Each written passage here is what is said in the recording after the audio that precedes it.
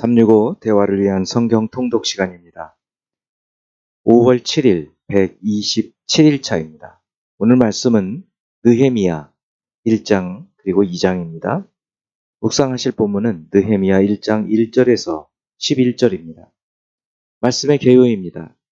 에스라는 주전 537년경 이스라엘 백성들의 1차 포로 귀환부터 주전 444년 3차 포로 귀환 전까지 포로 귀환 공동체의 수룹바벨 성전 건축과 에스라의 신앙 개혁을 다루고, 느헤미야는 3차 포로 귀환부터 주전 400년 경까지의 예루살렘 성벽 재건과 개혁을 다루고 있습니다.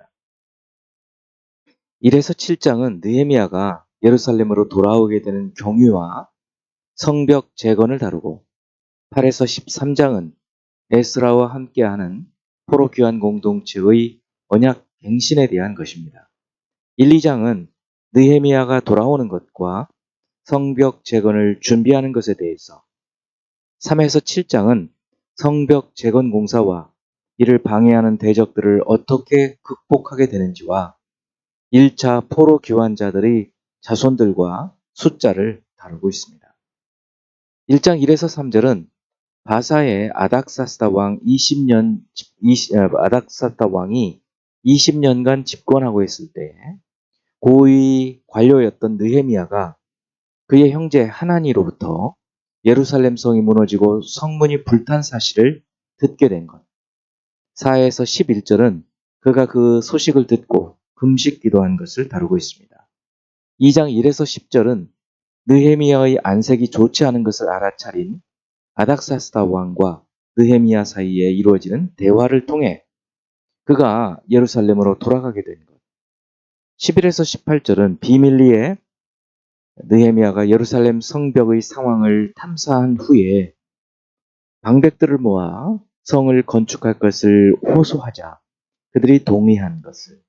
19에서 20절은 느헤미야가 총독으로 온 소식을 듣고 근심하던 대적들이 업신여기고 비웃은 것을 느헤미야가 반박한 것을 기록하고 있습니다. 이제 예수 그리스도를 닮아가고자 하는 우리의 목표를 향한 여행을 위해서 질문하고 대답하는 시간을 갖습니다.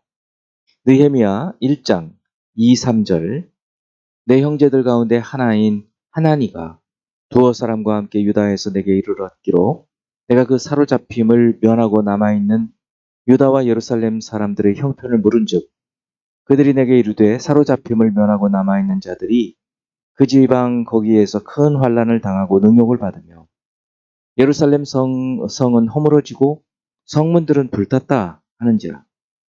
느헤미야가 예루살렘에 돌아온 형제에게 관심을 갖고 질문한 것은 무엇이고 대답은 무엇인가요? 유다의 예루살렘 사람들의 어떤가, 형편이 어떤가 물었을 때 사람들이 큰 환난을 당하고 능욕을 받고 성은 허물어지고 성문은 불탔다는 소식을 듣게 됩니다. 두 번째, 당장 자기 자신과는 관계가 없어 보이는 이 유다와 예루살렘 사람들과 그 성의 사정을 들은 느헤미야가 취한 행동은 무엇이고 왜 그렇게 할까요?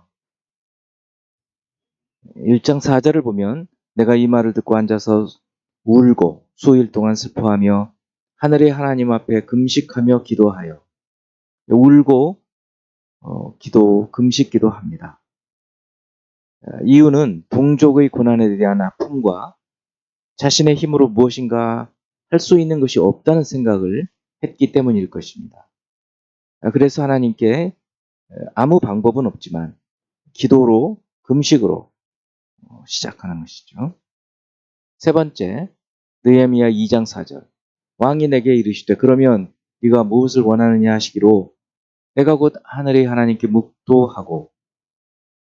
아닥사스다 왕의 질문에 느헤미야는 왜 곧 하늘의 하나님께 묵도할까요? 느헤미야가 예루살렘의 형편을 보고 금식 기도한 후에 왕이 우연치 않게 자신의 안색을 살피고 그 이유를 물어서 느헤미야가 대답을 하지요. 그리고 곧 이어서 왕이 기대하지 않았는지 모르지만 네가 무엇을 원하느냐는 이런 호의적인 말을 하자 느헤미야는 곧바로 이것이 하나님께서 주신 기회라고 생각하고 하나님께서 주시는 지혜로 왕에게 대답할 수 있도록 기도하는 것입니다. 순간적이지만 바로 이런 순간을 포착해서 하나님께 기도하는 느헤미야의 모습을 볼 수 있습니다. 네 번째, 2장 2절, 4절, 6절, 8절에서 느헤미야가 한 이 금식 기도가 2장에서 어떻게 응답되나요? 우연하게 보입니다. 우연히 왕이 느헤미야의 안색을 살피게 되고 그 이유를 묻는 것이 하나의 기도 응답이죠. 그 후에 안색이 좋지 않은 이유를 이제 말을 했을 때 무엇을 원하느냐고 왕이 물은 것도 기도 응답입니다. 그래서 느헤미야가 유다 땅에 자신을 보내어서 성을 건축하게 해달라는 요청을 했을 때 거기에 긍정적으로 대답한 것도 기도 응답이죠. 그리고 세부적인 그 사항을 요청했을 때 왕이 허락한 것도 기도 응답입니다. 우리는 기도 응답이 대단히 큰 것이 바로 눈앞에 떨어져야 응답이라고 생각할 때가 있는데 그렇지 않고 이처럼 대화가 잘 이루어지고 또 자신이 기도한 것이 하나씩 하나씩 풀려지는 이런 것들이 응답이라는 것을 우리는 알아야 합니다. 다섯 번째, 2장 12절. 예루살렘에 도착한 느헤미야가 취한 첫 번째 행동은 무엇이고 그는 왜 이와 같이 행동할까요? 하나님께서 예루살렘을 위해 무엇을 할 것인지 자신의 마음에 주신 것을 아무에게도 말하지 않습니다. 천기누설하지 않는 것이죠. 때가 될 때까지는 비밀로 하는 것입니다.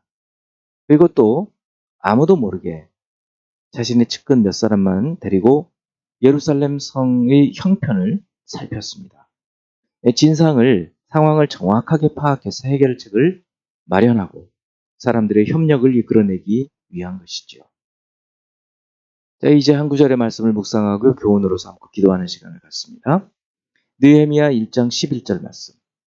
주여 구하오니 귀를 기울이사 종의 기도와 주의 이름을 경외하기를 기뻐하는 종들의 기도를 들으시고 오늘 종이 형통하여 이 사람 앞에서 은혜를 입게 하옵소서 하였나니 그때 내가 왕의 술관원이 되었느니라.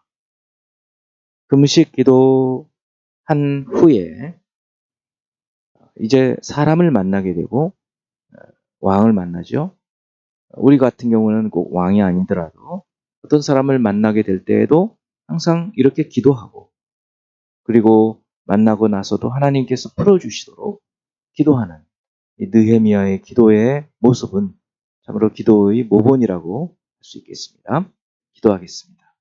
사랑하는 하나님 아버지, 느헤미야의 모습을 보면서 순간순간 하나님 앞에 하나님을 의지하며 하나님께서 형통하게 하시기를 위해서 기도하게 하시고 작은 일에도 하나님께서 응답해 주신 것으로 알고 믿고 감사하고 또 주님께서 열어주시기를 더 기도해가는 저희들이 되게 하여 주옵소서. 예수 그리스도 이름으로 기도합니다. 아멘.